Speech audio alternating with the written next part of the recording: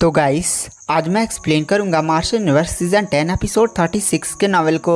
तो गाइस अगर आपको हमारी इस वीडियो की एक्सप्लेनेशन पसंद आती है तो चैनल को लाइक सब्सक्राइब जरूर करें। अगर आपने हमारे पिछले किसी भी एपिसोड को मिस कर दिया है, चाहे वो सीजन 4 सीजन 6 मतलब सीजन 4 से लेकर सीजन 10 तक कोई भी एपिसोड, तो चैनल में जाकर वहाँ पर आप चेकआउट कर सकते हैं। तो चलिए बिना किसी देरी के आते हैं कहानी की मेन स्टोरी लाइन पर। तो इस एपिसोड की स्टार्टिंग वहीं से होती है जहाँ से पिछला एपिसोड खत्म हुआ था। पिछले एपिसोड के एंड में हमने लिंगडोंग को देखा था। लिंगडोंग म्यूलिंग शान के साथ व्हेल पर बैठकर आगे जा रहा होता है।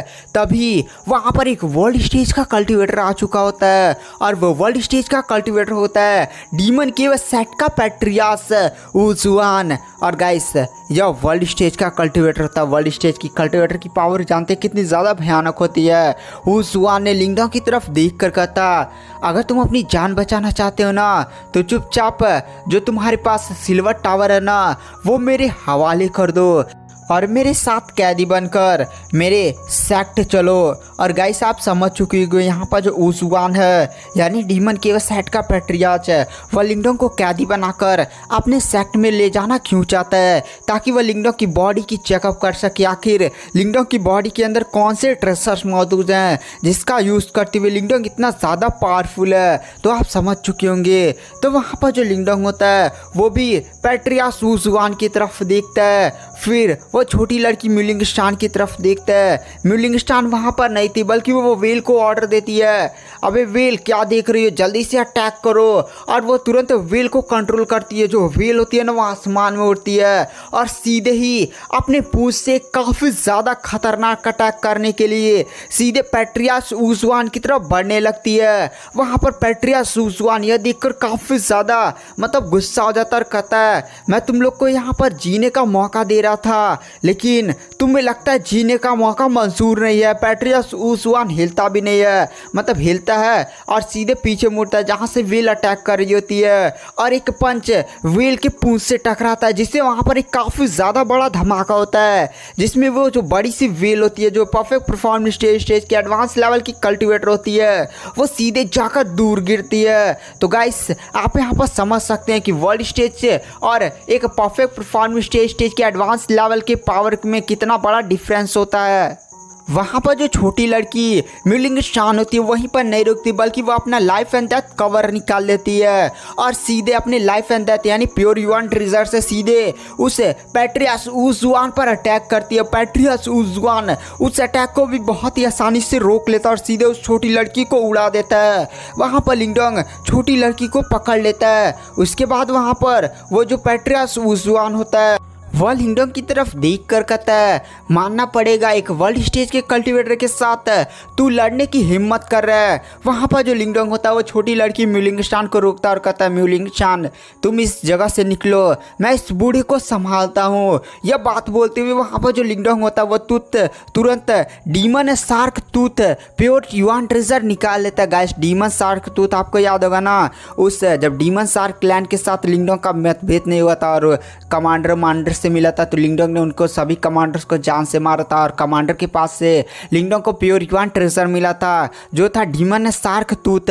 ये प्योर युआन ट्रेजर एक लो लेवल का ट्रेजर था जिसको एक्टिवेट करने के लिए ब्लड की पावर लगती है जिससे एक कल्टीवेटर काफ़ी ज़्यादा कमजोर हो जाता है। लेकिन यह डिपेंड करता है कल्टीवेटर कितना ज़्यादा स्ट्रॉन्ग है और आप भी जानते हैं लिंगडोंग कितना ज़्यादा स्ट्रॉन्ग है। वहाँ पर लिंगडोंग तुरंत अपना खून डालता है उस सीधे ब्लड डीमन शार्क टूथ पर और जैसे ही लिंगडोंग खून अपना डालता है उस शार्क टूथ पर वो जो बड़ा सा दांत होता है वो काफ़ी ज़्यादा बड़ा हो जाता है, मतलब 2 से 3 मंजिला बड़ा हो जाता है। लिंगडोंग उतने बड़े दांत को पकड़ता है और सीधे ही पैट्रियार्च उजुआन पर अटैक करने के लिए आगे बढ़ता है। वहाँ पर एक काफ़ी ज़्यादा बड़ा धमाका होता है जिसमें पैट्रियार्च उजुआन भी पीछे चला जाता है, लेकिन पैट्रियार्च उजुआन ने लिंगडोंग के अटैक को रोक दिया होता है। वहाँ पर छोटी लड़की म्यूलिंग शान भागी नहीं होती है बल्कि वह पैट्रियार्च उजुआन पर पीछे से अटैक करती है। बैटरिया सुजुआन अपनी वर्ल्ड स्टेज की पावर का यूज़ करता है और सीधे लिंगडोंग को उठाकर पहले दूर फेंकता है। उसके बाद छोटी लड़की पर अटैक करता है, जिससे छोटी लड़की फिर से काफ़ी ज़्यादा दूर जाकर गिरती है और उसके मुंह से खून निकलने लगता है। वहाँ पर जो लिंगडोंग होता है वो फिर से अपनी पावर्स का यूज़ करता है और दांत को कंट्रोल करता है, पैट्रिया सुजुआन पर अटैक करता है और लिंगडोंग पैट्रिया सुजुआन के साथ फाइट करने लगता है। लेकिन लिंगडोंग पैट्रिया सुजुआन के साथ टिक नहीं पा रहा होता है और लिंगडोंग बार बार घायल होकर पीछे चला जा रहा होता है। यहीं पर लिंगडोंग मौका पाता है छोटी लड़की म्यूलिंग शान के पास जाने का और वह छोटी लड़की म्यूलिंग शान से बोलता है, म्यूलिंग शान तुम यहाँ से निकलो, तुम मामला संभालने की कोशिश करो, अगर तुम यहाँ से निकल जाती हो सेफली तो मेरे पास अपने तरीके हैं, ये बूढ़ा मुझे खोज नहीं पाएगा, मैं आसानी से बचकर निकल जाऊंगा। वहाँ पर छोटी लड़की म्यूलिंग शान समझ जाती है कि लिंगडोंग कहना क्या चाहता है, इसलिए वह लिंगडोंग की बातों को मान जाते हैं और कहते ठीक है लिंगडोंग भाई मैं यहाँ से जा रही हूँ। उसके बाद जो लिंगडोंग होता है वह उस पैट्रिया सुजुआन पर अटैक करता है। छोटी लड़की म्यूलिंग शान व्हील को कंट्रोल करते और जाते जाते उस बूढ़े पैट्रिया सुजुआन से कहती है कि अगर लिंगडोंग को कुछ भी हुआ ना तो मैं अपने फर्स्ट ग्रैंडफादर से कहकर तुम्हारे पूरे डीमन केव सेट को डिस्ट्रॉय कर दूंगी। और यह बात बोलकर वहाँ पर छोटी लड़की म्यूलिंग शान जाने लगती है।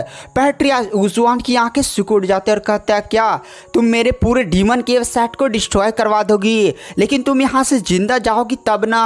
वहाँ पर पैट्रिया सुजुआन इस बात को सीरियस ले लेता नहीं, कुछ कल्टिवेटर होते हैं छोटी लड़की धमकी देती है हाँ बहुत बोल रही है, लेकिन पैट्रिया सुजुआन इस बात को सीरियस ले लेता है और लिंगडोंग को काफी ज्यादा दूर करता और सीधे ही छोटी लड़की म्यूलिंग शान को जान से मारने के लिए उसकी तरफ बढ़ जाता है। और इस बार पैट्रिया सुजुआन ने ना एक काफी ज्यादा पावरफुल अटैक किया था, मतलब इतना ज्यादा पावरफुल था ना कि सीधे समुद्र को चीरता हुआ सीधे छोटी लड़की म्यूलिंग शान की तरफ जाने लगता है। छोटी लड़की म्यूलिंग शान भी इतने ज्यादा पावरफुल अटैक को आता हुआ देखकर काफी ज्यादा डर जाती है, बट वह भागते भागते ही सीधे ही अपना लाइफ एंड डेथ कवर निकाल लेते, लेकिन वो भी जानती थी जो अटैक है ना वो काफ़ी ज़्यादा पावरफुल है, वो किसी भी हालत में इस अटैक को रोक नहीं पाएगी। अगर वो इस अटैक को नहीं रोक पाएगी तो उसकी बॉडी के चितड़े चितड़े उड़ जाएंगे।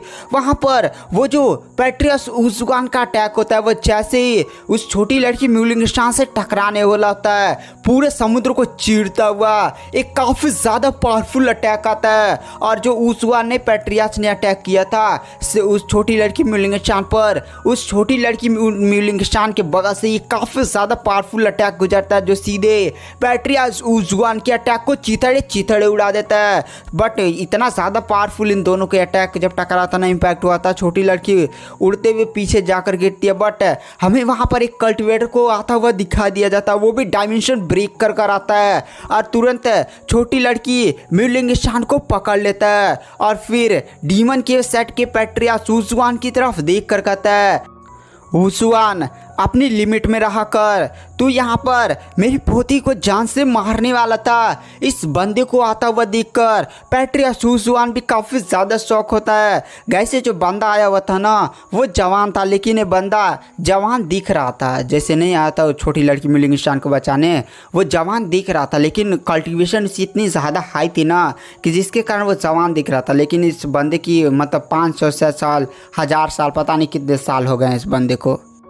पैट्रिया सुजुआन भी इस कल्टिवेटर को इस मामले में इंटरफेयर करता हुआ देखकर काफ़ी ज़्यादा शौक होता है और फिर उस बंदे की तरफ देखकर कहता है तुम कौन हो, तुम भी एक वर्ल्ड स्टेज के कल्टिवेटर लगते हो, लेकिन तुम मेरे डीमन के सेट के मामले में इंटरफेयर कैसे कर सकते हो? क्या तुम्हें डर नहीं लगता कि मैं तुम्हें जान से मार दूंगा? और गाइस पर इधर हमें पैट्रिया सुजुआन को दिखाया जाता है जो कल्टिवेटर म्यूलिंग शान को बचाने के लिए ना आया था, उसे धमकी देता है। वह कल्टिवेटर हंसने लगता है और कहता है डीमन के सेट की अब इतनी ज़्यादा औकात हो गई है कि वह इमोर्टल हेवन शार्क क्लैन से पंगा ले। इमोर्टल हेवन शार्क क्लैन का नाम सुनकर पैट्रिया सुजुआन भी काफ़ी ज़्यादा शौक हो जाता है, क्योंकि गाइस ये आप समझ चुके होंगे इमोर्टल हेवन शार्क क्लैन बहुत ही ज़्यादा डेंजर है। यही प्रिंसेस जो म्यूलिंग शान है उसी ट्राइब की प्रिंसेस है, और जो डीमन शार्क क्लैन है ना वो डीमन ट्राइब बहुत ही ज़्यादा पावरफुल है। मतलब जो डीमन ट्राइब है उसके अंदर भी बहुत सारे ऐसे सेक्ट्स आते हैं, ट्राइब्स आते हैं, बट डीमन ट्राइब ही ना इस पूरे डीमन सी पर राज करती है। और इसी ट्राइब में से एक ट्राइब का नाम है इमोर्टल हेवन सार क्लैन। ये गाइस बहुत ही ज़्यादा डेंजर है। यहाँ तक कि इस इमोर्टल हेवन सार क्लैन के बारे में ये भी कहा जाता है ना कि इनका जो फर्स्ट ग्रैंड फादर यानी जो फर्स्ट एल्डर है ना, यानी आप सीधे मान सकते जो पैट्रियार्च है, वो पहले से ही रीइनकार्नेटल लेवल का कल्टिवेटर है। और गाइस रीइनकार्नेटल लेवल का कल्टिवेटर अभी तक हमने केवल ग्रीन ड्रैगन किंग लिंगसी को देखा था, जिसने लिंगडो को ग्रीन ड्रैगन हेवनली मर्टलाइज टेक्निक दिया था। तो आप समझ सकते हैं इस ट्राइब की पावर क्या है। वहाँ पर जो पैट्रियार्च ऊसुआन होता है वो भी उस बंदे की तरफ देख कर कहता आखिर तुम हो कौन। वहाँ पर वो बंदा हंसने लगता और कहता है तुम्हारी औकात काफ़ी ज़्यादा बढ़ती जा रही है, तुम वर्ल्ड स्टेज तक पहुँच गए हो, तो तुम्हें क्या लगता है कि तुम सबसे पंगा ले सकते हो। आज अगर यहाँ पर मेरी पोती को कुछ भी हुआ होता ना तो तुम्हारा पूरा डीमन की सेट एकदम डिस्ट्रॉय कर दिया जाता, एक भी बंदा वहाँ का जीवित नहीं बचता।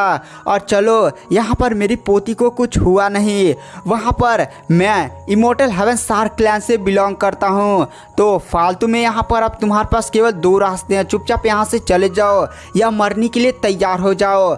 वहाँ पर इमोर्टल हेवन सार क्लैन का नाम सुनकर वो जो पैट्रियार्च ऊसुआन होता है वो थोड़ा कांप जाता है। फिर वो उस बंदे की तरफ देख कर कहता है तो ठीक है, तुम्हारे इस लिंगडोंग और इस छोटी लड़की के पास सिल्वर टावर होना चाहिए, वही मेरा लौटा दो तो मैं यहाँ से चला जाऊँगा।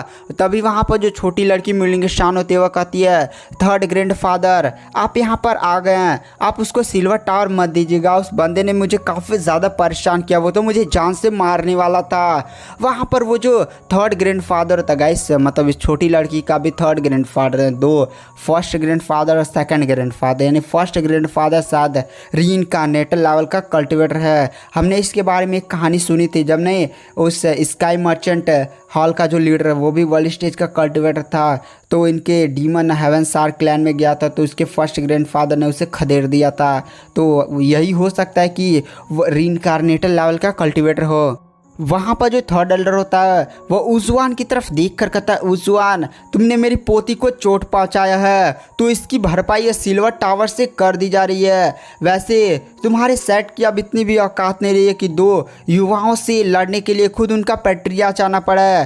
तुम्हारे सेक्ट एल्डर, तुम्हारे जो टैलेंटेड बंदे, क्या उन्होंने चूड़ियाँ पहन रखी है कि वो एक लड़की को भी नहीं पकड़ सकते और खुद पैट्रियार्च को यहाँ पर आना पड़ा है। तो देखो तुमने मेरी पोती को चोट पहुँचाया है तो सिल्वर टावर आज से हमारा हो गया, तो चुपचाप आप यहाँ से निकल जाओ। पैट्रियार्च ऊसुआन भी हंसने लगता और कहता है तुम इमोर्टल हेवन सार क्लैन से बिलोंग करते हो तो क्या हुआ, तुम्हें क्या लगता है मैं इतना ज़्यादा कमज़ोर हूँ कि तुम्हारे धमकी से यहाँ से चला जाऊँगा।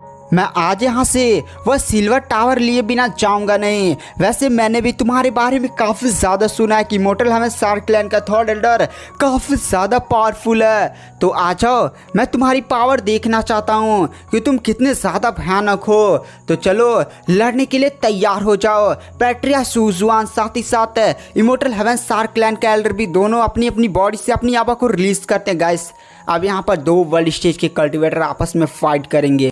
तो आज की वीडियो की एक्सप्लेनेशन को यहाँ पर एंड कर देते हैं। Thank you, bye bye.